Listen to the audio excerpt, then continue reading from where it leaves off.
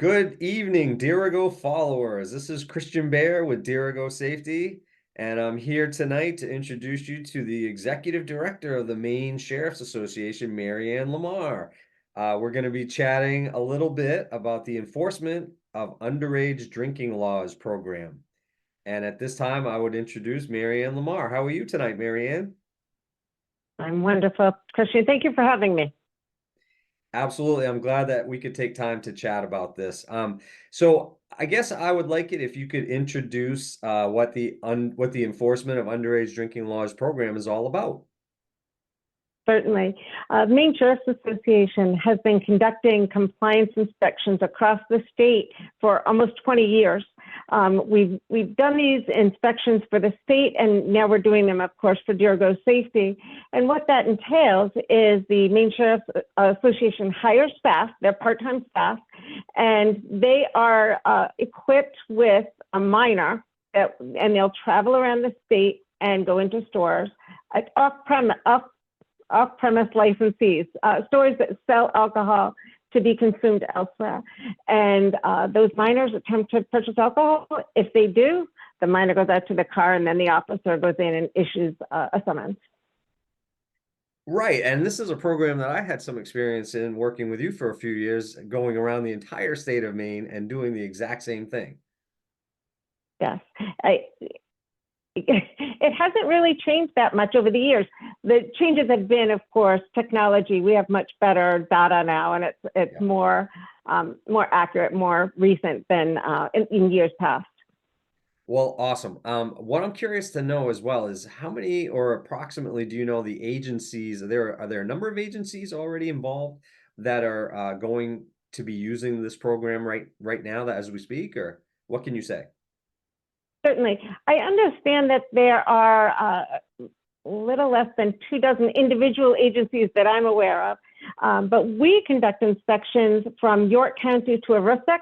There are two counties that conduct their own. Lincoln conducts their own, and Hancock County, but we cover the rest of the state. Occasionally, we will have municipal law enforcement contact us, knowing that we do these around the state, and they'll ask us to come to their area. If they haven't had the chance to do their area, they want us to come in. We're happy to do that. Outstanding. Yeah. And when I was with Augusta PD, we did some of our own. But then when I worked for you part-time with the Sheriff's Association, I went out around the state with the minor and see who was going to sell alcohol to them. So that's that same program, right? It is the same program. Christian, you're welcome to come back and work with us some more. You keep saying it past tense. I know. I still consider myself an employee, if you will, and maybe able to do Nice. that at some point. But you know how we all are, busy with our lives and busy with our jobs. Well, it's there when you're ready.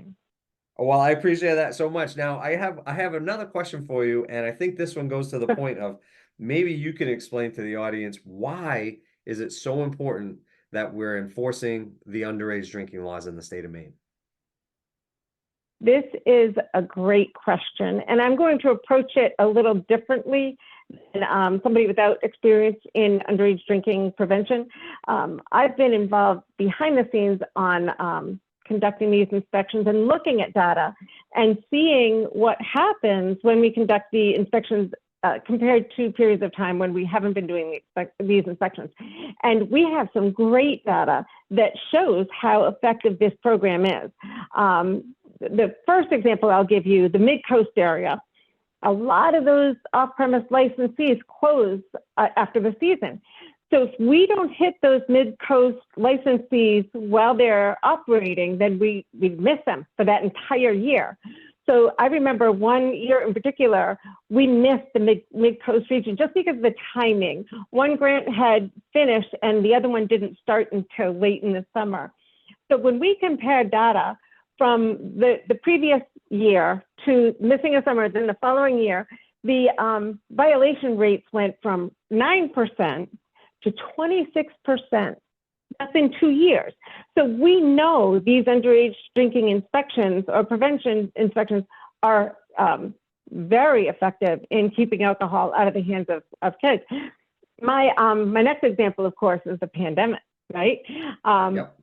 We couldn't conduct inspections, obviously, because businesses were closed.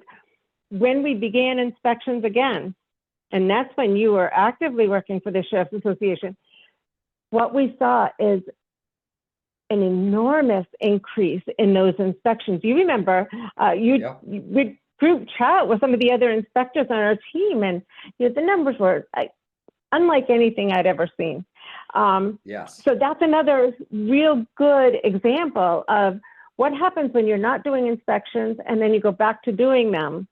You see that if we're not conducting those inspections on a regular basis, stores are going to start selling again. And I have to say, stores don't intend to sell alcohol to children. I don't think there's any nefarious activity going on. I think that having these inspections occur on a regular basis just keeps them more alert. They're more prone to make sure their staff is making these checks and making sure that everybody is checking licenses. And what is the average age, what is the actual age that the customer has to look? Well, they're supposed to be, if they look like they're under 40, I think they're supposed to be checking their IDs. And that's what advice we always gave the store clerks. And in many occasions, when the store did not sell to the minor, I would try to take an opportunity to go in and give them my card and say, you guys just passed this inspection. Good job. And we would have those discussions. And the same thing would go Yeah. for when a store or an employee did get summons for providing alcohol to a minor. We had those very same discussions. So I know that there's been a lot of education, but we also realize that a lot of times employees change, ownerships change, and things occur that they'll be caught off guard for. And so I think you're absolutely correct. My experience in those 3 years was that a lot of places remember and a lot of places need the education. Right. And I think it's important for store owners and customers and the state of Maine people. I think it's important for them to know that we do not go into these stores trying to trap clerks into selling. There's no deception involved. If the clerk asks one of our minors what their birthday is, they give their real birthday under the age of 21. The male minors that we have cannot have facial hair. They can't wear sunglasses. There are no hats. They're, females are expected to dress like, 18, 19, 20-year-old females. There's no, we're not trying to catch anybody selling liquor to children. But that's not our intent. And you're right. I think that that's the major factor in this program is how it's just going in, seeing what happens, always telling the truth, because that's what the kids who go out and do the program with us have always done, and that's what they've always explained to the person in the store. And I haven't seen that as an issue either, that they're saying that they were trapped or anything like that. I think the program works well. Like you said, it's been going on for 20 years. We've both encountered so many people who work for this program that have gone on to other things in their futures. And starting out in this program has been so important, I think, in building those relationships. It has been really interesting to have young adults that work for us go into criminal justice careers and become troopers and become deputies and then come back and talk to us. I think that's a really nice unanticipated benefit, I guess. But I do want to talk a little bit about Cocktails to Go. If you have time to talk about Cocktails to Go. Cocktails to Go. Okay. Cocktails to Go was a program that began during the pandemic. So when stores and restaurants were reopening, they weren't allowed to have customers come in and dine. And the state, along with many other states, developed Cocktails to Go, CTG, Cocktails to Go. It's exactly what it sounds like. And these restaurants would have to register with the state, just like off-premise licensees, and they would register as Cocktails to Go licensees. So there were very strict guidelines around this. Our minor had to make the call to a restaurant, order the food, order the cocktail, and then go into the establishment and purchase or be carded. And that never would have come about if the pandemic hadn't hadn't come and changed how we do everything. But Cocktails to Go has continued. It's a very impressive program, I think, because we don't often get the chance to go on premise and do the on premise inspections as much as we would like to. We're contemplating doing more of those right now, but we're not. But adding a few Cocktail to Go inspections into every detail has been really beneficial. Initially, again, when we first started doing those Cocktail to Go inspections, there were a lot of violations. And now people, it's part of the regular operation just to card those individuals that look younger than 40. Sure, I understand that 100%. In fact, you were making me think a little bit too during the conversation here that we can remember a time when they were actually state of Maine enforcement agents who were law enforcement officers, and I know several of them that are still around that did that job back in the day, and they wore the green uniform and they were liquor enforcement agents. And it's almost as if this program is supplanted what those guys and ladies used to do back in the day, and being able to actually continue to work and enforce those types of administrative violations and sometimes criminal violations, but administrative violations for the most part, I think is very important. And that's why we're trying to get the word out to any agency in the state of Maine that's interested in the enforcement of underage drinking laws program to contact Dirigo Safety. If they know Mary-Anne LaMarre at the Maine Sheriffs Association, by all means, reach out to Mary-Anne as well, but contact Dirigo Safety at www.dirigosafety.com or give us a phone call anytime at 207-200-1112, and we'll talk to you about the enforcement of underage drinking laws program and how maybe an agency or your own entity within the state of Maine could work on that program. Is there anything else that you'd like to share with us, Mary-Anne, about the enforcement of underage drinking laws? I would share that while I think the program is very successful, and it would be great, like any other program, if we could get more funding. If the state could have more funding, you can cut this out if you want to. But the gold standard, I think it's widely accepted that the gold standard is 4 checks a year. And we're just not there yet. Okay. I'd like to be.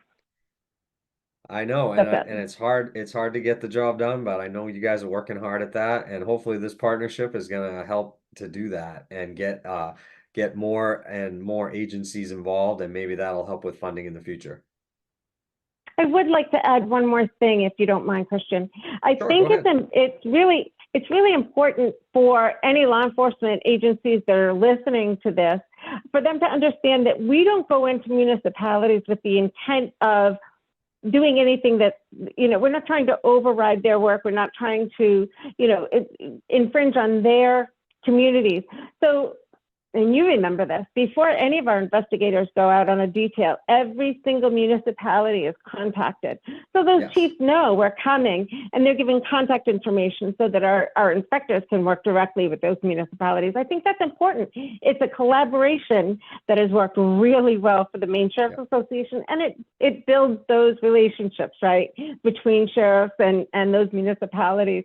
And it also, I will say, the unintended benefit of that is I will get phone calls frequently from police chiefs that will say, we don't have the time to do this, we're short-staffed, and that really, it's helpful for us. I mean, when you look at the entire state, you're looking at over 2,000 off-premise licensees, right? Wow. So having those municipalities contact us, then we'll go into those, we go by county. So, for example, we'll say we're going to York County, and these are the towns we're gonna try to inspect, and I'll contact every single one of those police chiefs. So that's been an unintended benefit. Awesome, and you reminded me of a time when I think I had gotten an email from the chief in Farmington, because he's a friend of mine, and he had asked me when I was in a whole other part of the state if I could come to Franklin County and try to check one place, and I made a very concerted effort to leave where I was way over here and go way over there. And as a result, we did catch a violation there. And I think that was a good partnership that his own agency, I think, was on dealing with that issue, and then bringing in people who are already doing those enforcement details, I think that just helped out. And you're right, it's networking and it's getting the job done. And there are so many agencies that are short-staffed right now that I think that anyone listening to this, that when you're having any questions about it, you contact us at Dirigo Safety or Mary-Anne LaMarre at the Maine Sheriffs Association, and we will answer your questions. I would be very interested in those applications for sure. Awesome. Okay, I'm gonna make sure that your contact and our contact information is at the end of this video for anybody who's interested in getting on board with the enforcement of underage drinking laws programs in the state of Maine. And I wanted to thank Mary-Anne LaMarre, the executive director of the Maine Sheriffs Association, for joining me here tonight. It's been my pleasure. Thank you for inviting me. Okay, thank you very much, Mary-Anne, and we will be talking to all of you very soon. Thank you and have a good night. Vehicle returns to 77 Dirigo, two-door white, devices there, 5 suspects.